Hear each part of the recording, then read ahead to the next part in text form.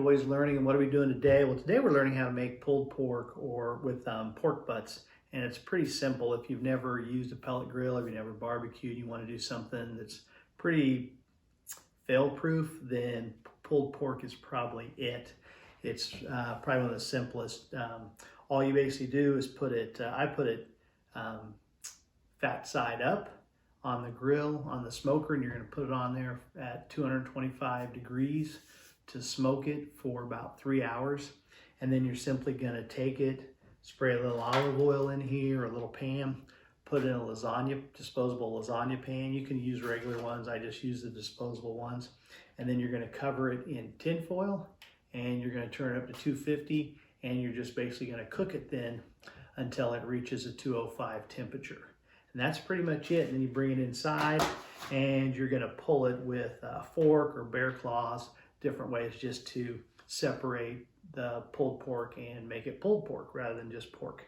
And that's really it. What I'm going to use is you want to use some kind of binder to rub it down with.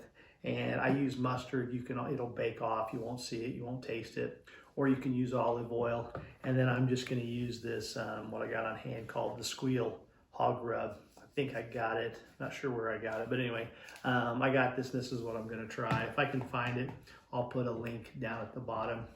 And then this I got at All Things Barbecue. A friend gave it to me. It's a small batch. It's a Cosmos Q injection. And all you do is take the powder, mix it with water, you put it in a protein shaker and you shake it, and then you use this meat injector just to pull it up out of there, and you stick it in different places. I got a couple people that swear by it. They swear their family can taste the difference. I don't know if mine really can. It's got mostly apple juice or orange juice, apple juice, pineapple juice, and it really just kind of, that citric acid just kind of helps break down some of the membrane and some of the muscle to make it a little more tender. Also adds a little bit of flavor. So I'm going to throw that in there as well. But let's get to it. So I've mixed up the Cosmos Q. I've got it in the shaker, so it's ready to go. I like to put the rub on my pork butt first and then inject them, because sometimes it kind of runs out and kind of makes a mess. So that's what I'm going to do first. And I usually just wear gloves because it creates less of a mess, and I can take them off and not get everything totally messy. So like I said, this is pretty easy. You can smear mustard on a hot dog, and you can put a little salt and pepper on something. You can probably handle this, because that's about all the amount of skill it takes. I always put down aluminum foil, and then I'll slide like a cookie sheet underneath it, or lift it up and put it on a tray just to carry it out to the smoker. I've got the smoker going right now. It should be up to 225 here in a little bit. And you just put the mustard on there.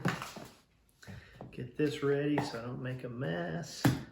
And then you simply just start rubbing it in there to get a covering, because you're just going to use this as a glue basically.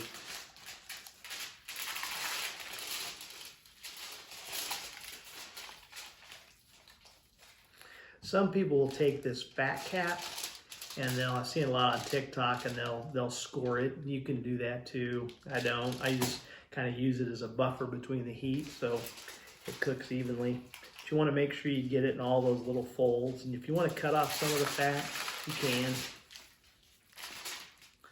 Like I said, it's pretty hard to mess this up as long as you get it smoked and you get it to an internal temperature of 206. And the magic about 206 is it renders out most of the fat. Most of that fat's turned to a liquid, and so you're really not having a lot of that fat left in the meat. It kind of runs into the renderings in the bottom of the pan. And that's why I'll use a pan. Some people wrap it in just aluminum foil, but I'll use the pan because then I can capture those renderings and put them back. Like if I put it in a crock pot later, I can separate the fat from the juice and put that flavor back in there.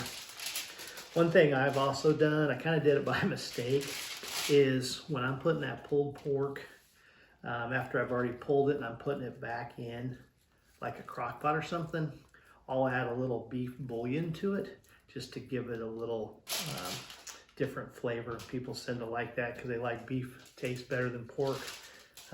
So it can just add a little bit of punch to your pulled pork. So now that I've got them coated with mustard, now I'm just going to come back and, like I said, you can just liberally shake it on. There's nothing, and then you just want to rub it in. With a lot of meats, you kind of pat it in. With these, you can really just kind of rub it in and get it in there.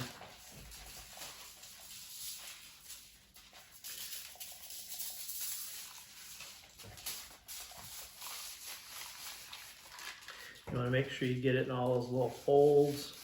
And that's why people kind of cross-cut that fast, because they feel like they can get more seasoning and stuff in the side. You just turn it to the side. I'm just going to show you how I do one of them. You don't need to see them all. It's all the same. You just kind of, like I said, keep turning it, do the sides, get it rubbed in there. And you can usually just kind of do it with one hand. If you've got somebody else helping you, probably go faster too, but it's a pretty quick process.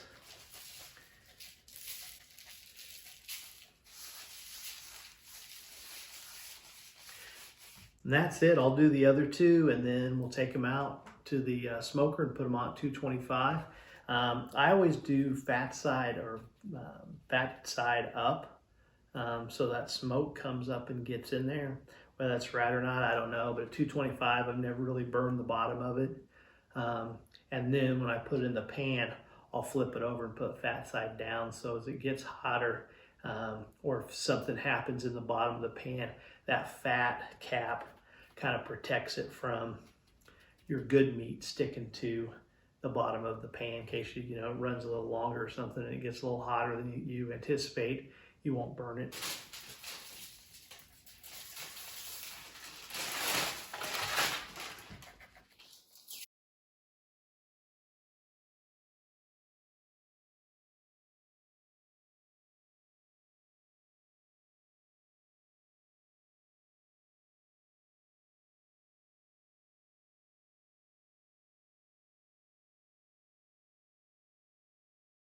Okay, so that's normally what I do. That's all I do is I put mustard on, I rub them, I put them on 225, and then put them in the pan. What I'm gonna do today is I'm just gonna simply, doesn't take that much longer, I'm just gonna pull up that Q stuff, just pull it up in the syringe, and then I'm just gonna insert it in the pork butt and put it in there in just different places to get those juices in there. Like I said, it doesn't take that much longer. Whether it helps, I don't know, but you just kind of, you can see you just want to get it in there. It just adds moisture to it, which mine really doesn't get that dry anyway. That's basically it. You're just, like I said, you're just going to put this in there, insert it, pull the syringe a little bit. You can see it kind of bubbles up, runs out, but that's okay. I just kind of want to do it everywhere as much as you can. It's kind of like injecting a turkey at Thanksgiving. It's kind of the same principle. I do think on the turkey it makes a big difference, but I haven't necessarily noticed on the pork butt. To be honest with you, adding the bouillon is probably the biggest game changer if you're going to do it in a crock pot. Okay, now I'm just going to take them, put them on the pan, and then take them out to the grill. Like I said, you can use a cooking sheet or you can use something. It's really just something to give more stability than the aluminum foil. Okay, we're rolling smoke at 225. Like I said, I'm just going to put a fat cap up, and I'm just going to set them on the grill for about 3 hours. That's about as much smoke as you can get in anyway.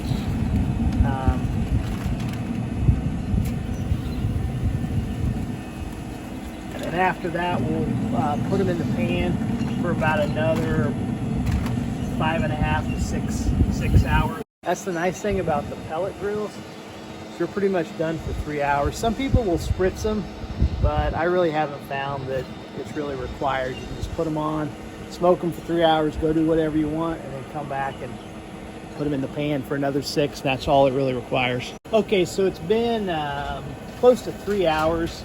That's about as much smoke as you're going to get them. So all I'm going to do now, and some people bring it in. If you're doing one, it's probably about as simple, but I found it's about as easy to do it out here.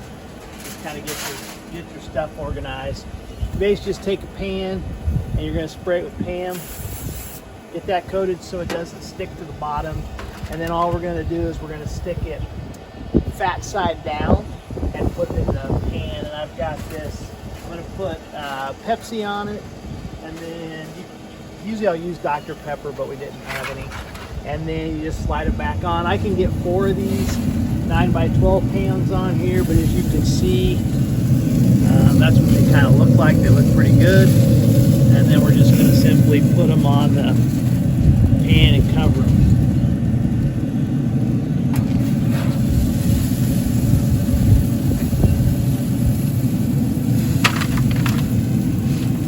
It's kind of charred a little, but it looks good. It's kind of windy out here. And then I simply just pour a little Pepsi on there to give it a little glaze. Keep it moist a little bit. You're going to put this on there. We'll take it out.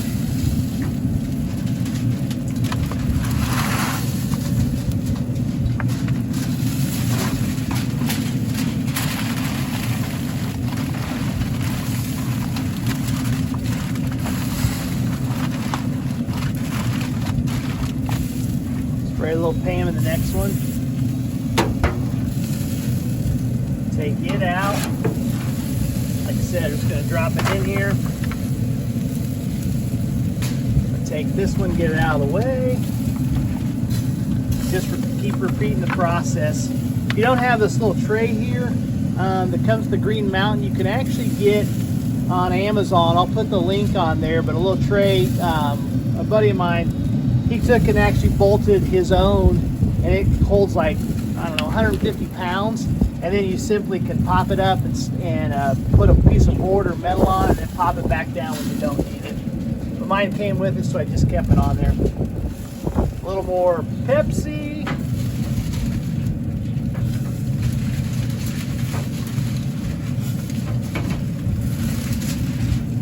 Foil.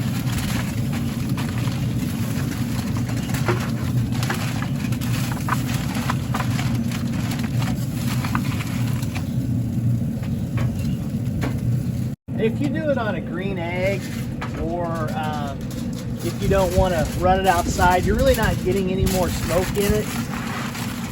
So you can bring it inside and put it in the oven on 250 as well. I just keep it rolling out here. And then all we're going to do next is we'll come out periodically, put a thermometer through there and check to make sure we get it to 206 and then pull it and shred it.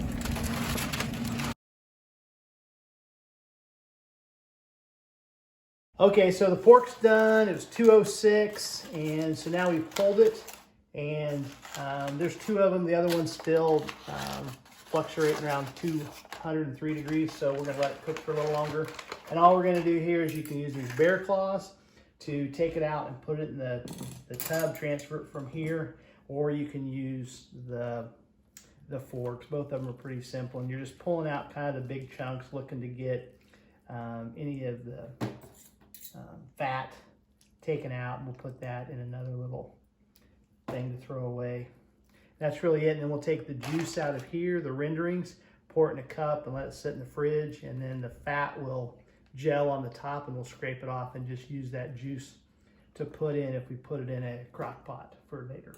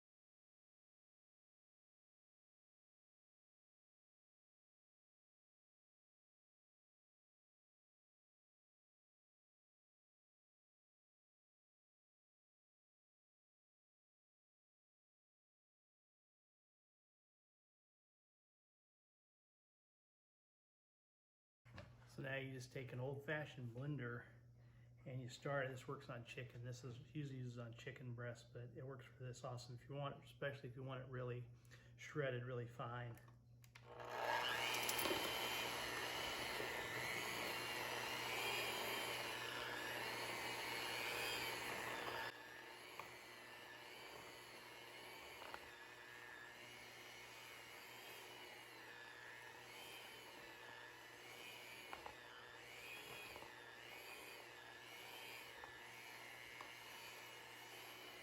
And there you go. That's the way you make pulled pork. Pretty simple. It's probably the easiest thing to make on a smoker pellet grill. So anyway, try it, like and subscribe. Appreciate you following.